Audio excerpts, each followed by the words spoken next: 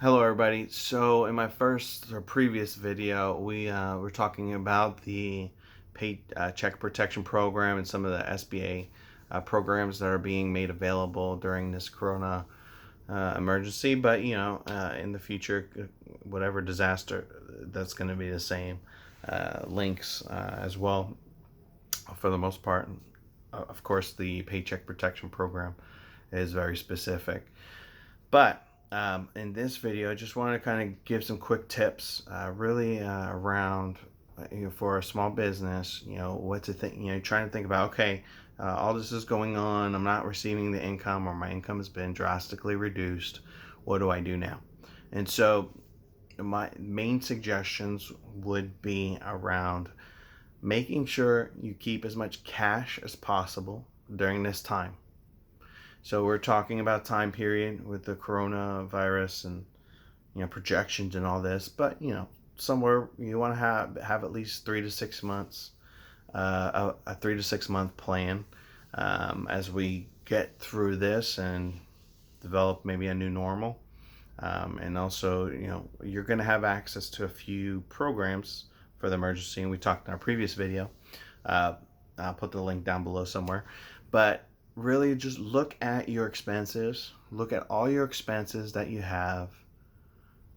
This is my recommendation in order to keep as much cash as possible. This wouldn't be during this emergency. I wouldn't necessarily suggest this path if you were in normal business, but during this time where we don't know exactly how long this event's going to last, and we don't know how long exactly we're going to be waiting to receive funds, maybe from government programs we've applied for and so forth. The name of the game is keep as much cash as possible. So take everything that is automatically coming out of your checking accounts for the business.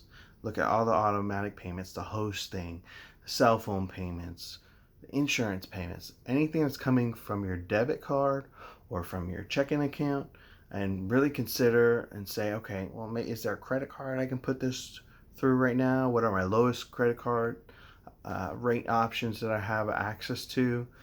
Does it make sense to maybe run it through those cards? And in the meantime, maybe pay the minimum payments, maybe pay a little bit of interest during these months. Do I have 0% offers out there that I could take advantage of?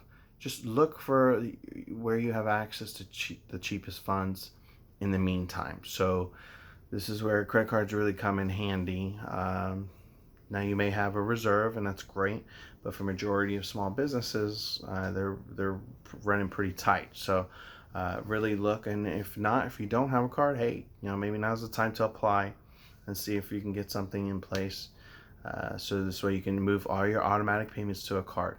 Later on, this is going to be a good play for you anyway. So you have the time right now to really think and put some things in action. So later on, when things are normal, you can go ahead and actually leave those payments automatic, but instead of paying minimum payments, now you can pay it off every month. And hopefully you have a card, or you can find a card that you're getting cash back to get you the points, for travel, cash back points. If you find those cards, great. That'll only help. But even if you didn't, keeping the actual transactions separate from your cash is a great risk play, and you can reduce your risk by doing that.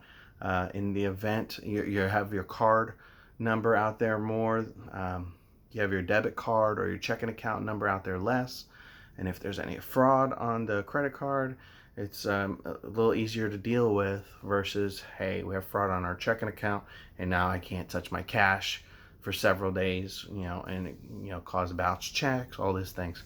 So in the long run, it's probably a good play to do anyway. So look at your automatic payments, see if you can redirect it to a card, and then maybe for the time being, paying minimum payments, and with the intention of when things rebound, you start paying it off every month again, as you were paying cash through your checking account anyway. You might as well just pay it off, not pay interest, and still get all the benefits of the separation. That would be my best suggestion.